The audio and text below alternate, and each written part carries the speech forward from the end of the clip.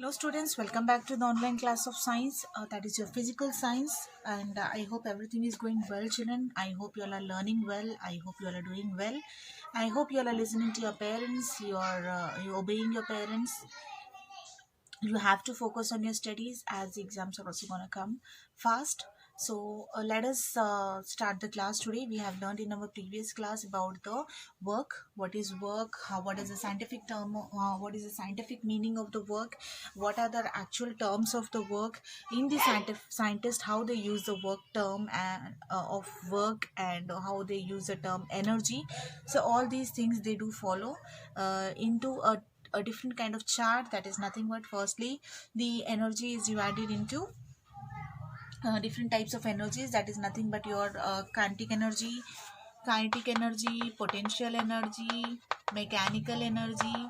Yes, and we have even learned how to conserve these energies, how to conserve the mechanical energy, how to conserve the potential energy.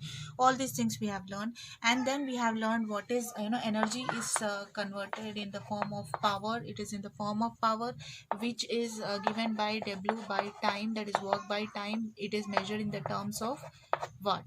Its SI units are watt. Okay, if it is more in heavy, then it will be given as kilowatt. Right, then we have learned about the renewable sources, non-renewable sources. We have learned about the sources of energy. Right, we have learned about the sources of energy, and good sources of energy should be cheap, should be easily available, should be convenient in storing, using and transporting. It should be economically good. It should be causing no harm. It should have no pollution. It should be very cheap and economically most good. So these things it should follow, and this is again of two types. We have learned about non-renewable resources and renewable resources. Right, and in non-renewable resources we have learnt about the fuel, right, and that is nothing but fossil fuel. Yes, and in renewable resources, first one we have learned about solar energy, we have learned about biomass energy, and we have learned about biogas. Yes, 1 2 3, fine. So next we will learn further in our today's class. Okay, all the remaining things we will learn in our today's class. So after biogas, today we will learn about the water. Now we have finished about animals, we have finished about sun. Now we will go with water. Okay, so water, first we will learn about the uh, energy from the sea. Okay, energy from sea. Okay, energy from the sea. So the energy from the sea can be in the two forms. Okay, firstly it can be tidal. Okay, tidal energy, and secondly it may be ocean thermal energy. Okay, it can be in two forms: tidal energy, ocean thermal energy. Okay, now coming to tidal energy, during the high tides, tides, children's, like full flow of water due to the some heavy winds, tides come, right? So those tides, that tide also produces some kind of energy. This tides also produces, when they are in a full speed, they produces some kind of energy. Okay, that is called as tidal energy. The water sea can be made sent into a reservoirs of barrages and turn the turbines. Okay, now the turbines then produces the electricity.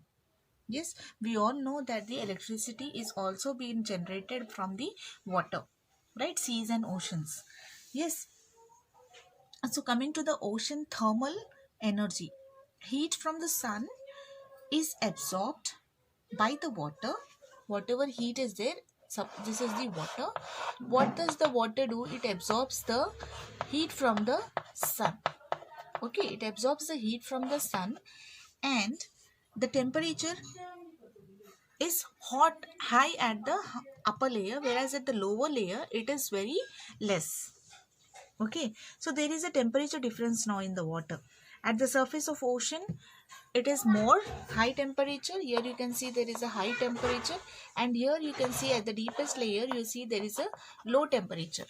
Okay, so there is a difference in temperature now. So this difference in temperature is called as ocean thermal energy. Okay, this third difference is called as ocean thermal energy. The ocean thermal energy can be converted into electrical energy by using ocean thermal energy conversion plants. What do we use? We use ocean thermal energy conversion plants.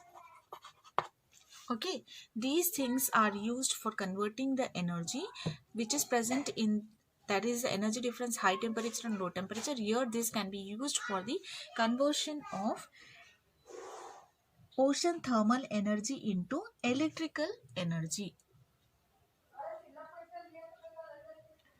Okay, so now next one is geothermal energy. Next one is geothermal energy. Now again, don't get confused between the ocean thermal energy and geothermal energy. Ocean means you can clearly understand it's a term ocean, that is water. Geo means you can clearly understand the term here. What is geo? It is the geographical, that is the internal layer of your earth.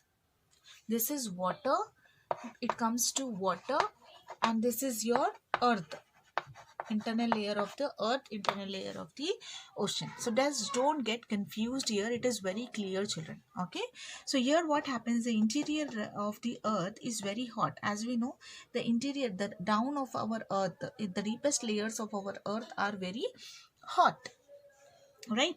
So the interior of the earth is very hot. Water steeping down deep into this earth is turned into steam.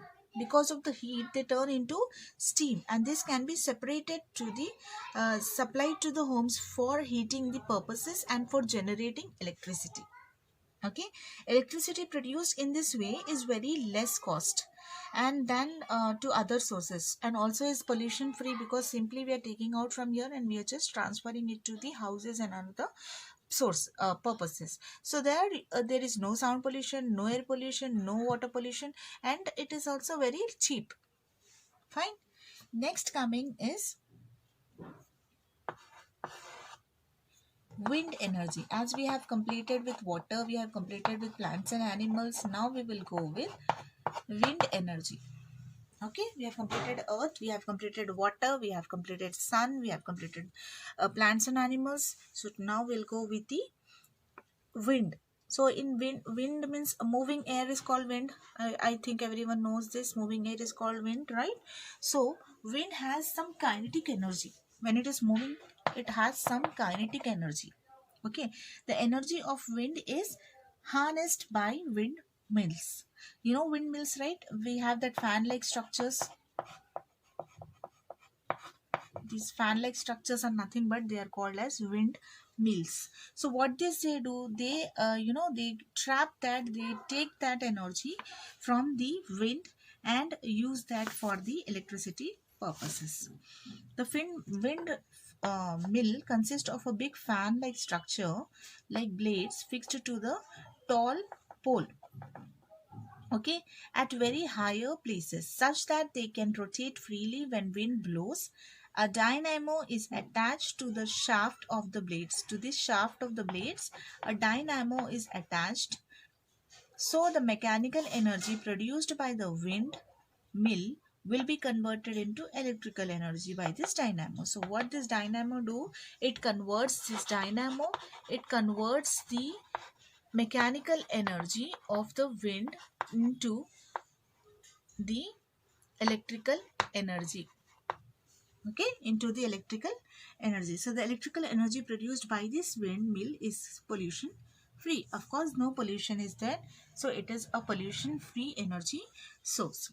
And the next, last but not least energy source is our atomic energy.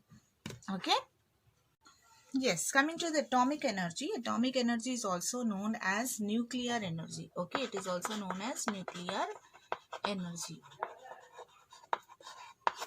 It's also known as nuclear energy.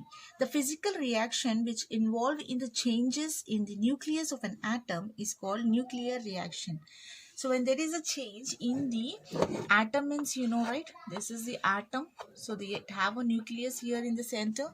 So when there is any change in the nucleus of an atom, then it is called as nuclear reaction, right? So when the energy is produced by this reaction, that is called as nuclear energy. Okay, the energy released during this nuclear reaction is called as nuclear energy. The nuclear energy can be obtained by two types of nuclear reactions. That is, first one, nuclear fission. Okay, and second one, nuclear fusion. Don't get confused, fission and fusion. Fission, F-I-S-S-I-O-N, F-U-S-I-O-N, fusion. Okay, now first we will learn about nuclear fusion. We'll learn about nuclear fission. Okay, the process in which heavy nucleus of radioactive elements split into two nuclei when bombarded with low energy neutrons is called as nuclear fission. Fission means breaking. When this nucleus break into two, okay, it is called as nuclear fission. A small change in the nucleus of the heavy atom releases a tremendous amount of energy. So even if it is breaking one nucleus into two, there also you can see that large amount of energy is released. Large amount of energy is released. Okay, for example, if you take uranium, okay, which is 92 to 35 its atomic weight, plus n, suppose one nucleus. Okay, what it is doing, it is, this uranium is splitting, dividing into barium, okay, and krypton, plus 3 plus energy. There is some energy is released. Okay, so this energy is in the form of heat. It's in the form of heat. This heat energy is used to produce the electricity in nuclear power plants. In India, the nuclear power plants are situated in Tarapur, Maharashtra, Rana Pratap, Sagar, Rajasthan, Kalpakam, Tamil Nadu, Narora, Uttar Pradesh, Kaprapur, Gujarat, and Kaiga, Karnataka. Yes, it's clear, children. The next coming to our nuclear fusion. So nuclear fusion means it is, I think it is understandable. Fission means splitting out. Fusion means coming together, right? So here in fusion, the process in which two nuclei of light elements combine to form nucleus is called as nuclear fusion. So here you can see two nuclei will combine to form one nucleus, and that is called as fusion. For example, if you take hydrogen plus hydrogen, you will see that it can form helium plus nucleus plus some energy. Okay, so the energy released in this form cannot be controlled. So this energy is not used as a source for producing electricity. These nuclear fusion reaction which are taking place in sun's core are the main source of energy, sun's energy. Okay, so with this we end up the lesson work and energy. We have finished this. With this it is work and energy, the end. So what I want is you all try to go with all the video parts and try to understand the lesson once again. After this you go with the workbook and try to understand the lesson. Okay, children. So all the best. Thanks for watching. Take care.